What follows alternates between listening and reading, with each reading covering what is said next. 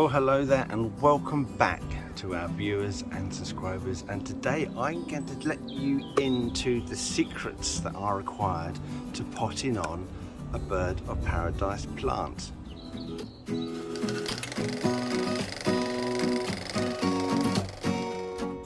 Okay, so we have here an absolutely lovely bird of paradise plants. These are an evergreen perennial and these are indigenous to the hot climates of South Africa. So if you want to grow one of these in the UK, then you can't really grow them in the ground because it's going to get far too cold for them. They really don't grow below 12 degrees centigrade anyway. So we're going to have to grow them in a pot, and there are two things you need to know. Oh, hang on. First one is, Yeah, there's the pot. they don't like being repotted. Every time, lots of people seem to have this idea that you repot from one size to the next size to the next size. This is completely ridiculous and is an overhang from the old horticultural industry. You don't need to do this.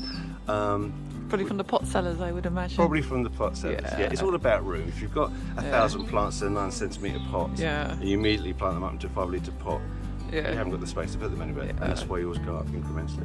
But that's what they did, it's not what we do. Right, this plant here, it does not like its roots being disturbed, so every time you repot it, you will delay flowering by a year to 2 years. So if you're putting this on every year, 2 years, it may never ever flower. So putting on, you put it into the last pot. So put this kind of size, I don't know how big you would say this is, but it's a good, I suppose 18 inches? Yeah, I think from edge to edge.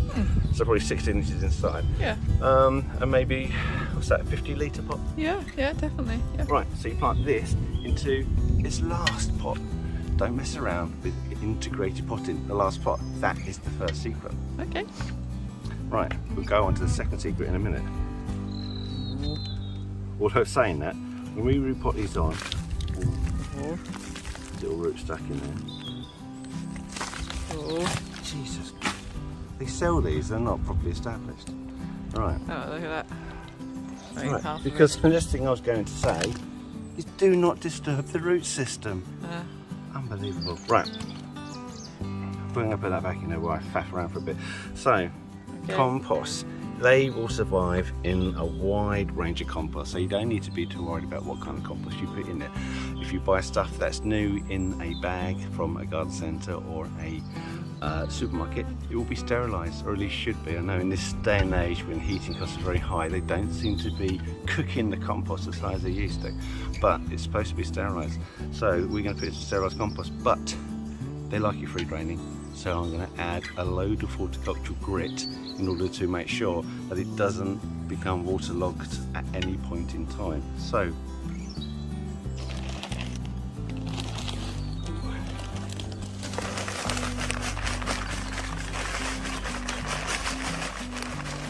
we're going to mix up. Could you pass? Right. A load of multi-purpose compost. This is a soil-based compost because I prefer it. And Is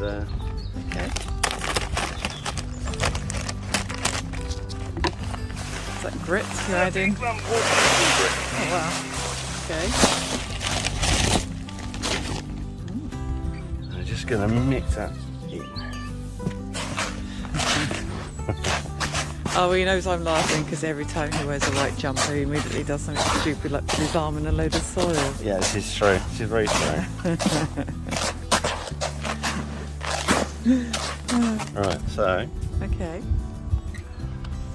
So it's looking going to good. fall over, so just let me see. Okay. Right.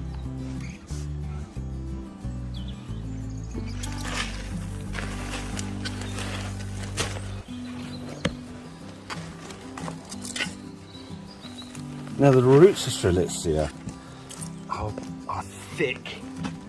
They're kind of, how would you describe it? They're Fibrous? no, not fibrous. They're Voluptuous? It could be voluptuous, but they're quite fat. They hold a lot of storage. It's like big storage organs. You know, a bit chubby. like chubby, a little bit like not daily roots, but really kind of thick energy storing organ. Okay. And they put out big mass of these roots. And in a pot, what you find is that as your plant establishes, this big lump of root will start to raise your plant out of the pot.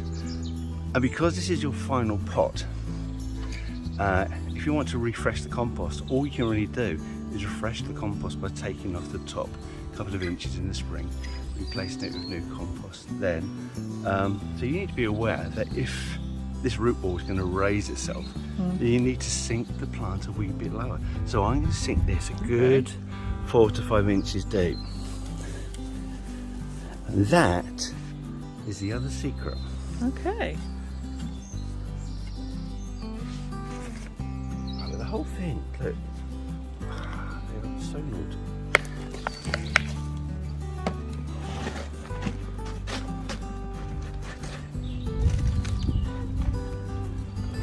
I'd say that's about there.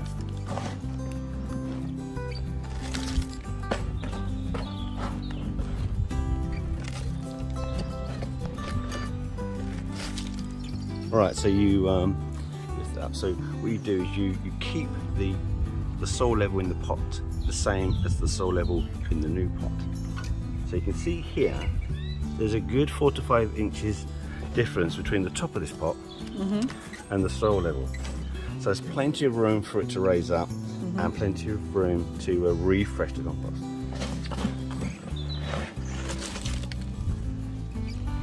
Right.